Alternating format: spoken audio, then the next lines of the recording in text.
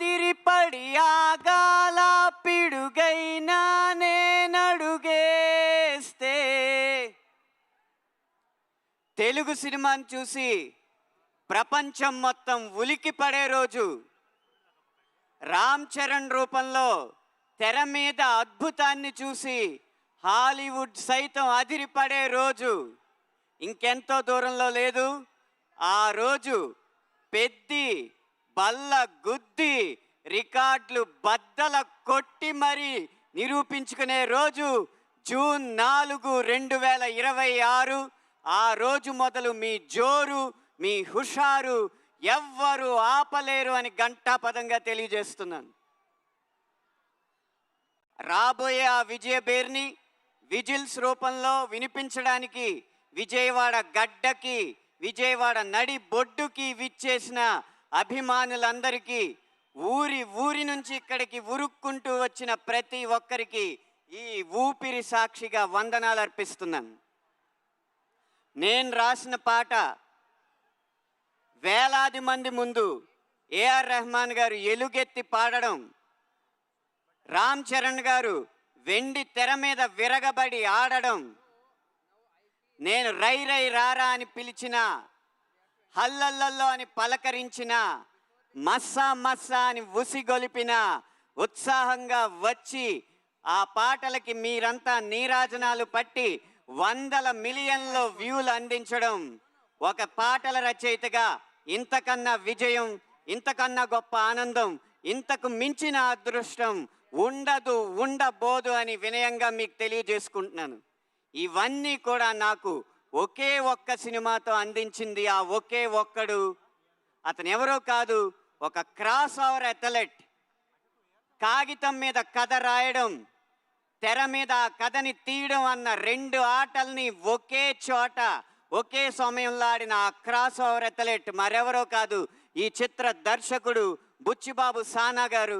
ఆయన ఇంటి పేరుని నిలబెట్టాలనుకుంటారేమో, అందుకనే మమ్మల్ని అందరినీ అలా సానపడుతూ ఉంటారు, మా మెదళ్ళకి అలా సాన పెడుతూనే ఉంటారు. రేపు 4వ తారీఖున మీరు చూడబోయేది పెద్ది సినిమా మొదటి ఆట కాదు, పెద్దిని గెలిపించడానికి బుచ్చిబాబు గారు చివరి వరకు చేసిన పోరాటం అని నేను ఖచ్చితంగా చెప్పగలను. ఆ క్రాస్ ఓవర్ అథ్లెట్కి ఆట స్థలాన్ని, ఆట వస్తువుల్ని, ఆట జట్టుని అందించి అందరినీ అల్లారు ముద్దుగా చూసుకున్న కిల్లారు సతీష్ గారు, నిర్మాత గారు, వారందరికీ కూడా మనమందరం అభినందనలు తెలియజేయాలి, ధన్యవాదాలు తెలియజేయాలి. ఈ చిత్ర బృందంలో ఎవరి గురించి ఎంత చెప్పినా, ఆ ఒక్కరి గురించి మాత్రం ఏం చెప్పినా తక్కువే. ఆయన ఎవరో కాదు, ఈ చిత్రాన్ని నడిపించిన కథానాయకుడు mega power star Ram Charan గారు.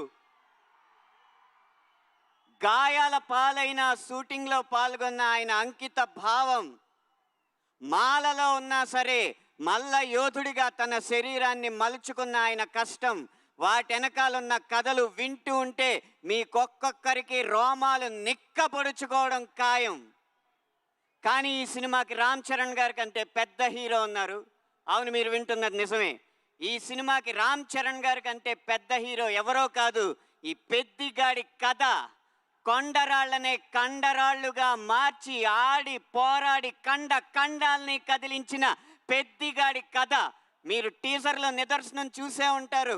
పెహల్వాన్ పెద్దిగా కనపడుతుంటే అక్కడ కనపడుతుంది రామ్ చరణ్ కాదు, ఆంజనేయ స్వామి అని ప్రతి గుండె ఈ ఆంధ్రప్రదేశ్, తెలంగాణ మొత్తం ప్రతిధ్వనించింది. అది ఈ కథకున్న బలం. ఏదో కొండ కింద ఊరు, 500 గడపలు కూడా ఉండవు. ఆ ఊరి కోసం పోరాడినోడికి దేశం మొత్తం ఎందుకు నీరాజనాలు పడుతుంది అంటారా? ఇన్ని కోట్ల ఎకరాలు ఉన్న ఈ దేశంలో ఆ 5 ఎకరాల కోసం దేశం మొత్తం 100 సంవత్సరాలు పోరాడి సాధించలేదా? ప్రతి ఊరు ఈ దేశానికి అయోధ్యే. అక్కడ పుట్టిన ప్రతి కొడుకు రాముడే. కన్న ఊరి కోసం, కన్న వారి కోసం అతడు చేసే ప్రతి ప్రయత్నం యుద్ధమే.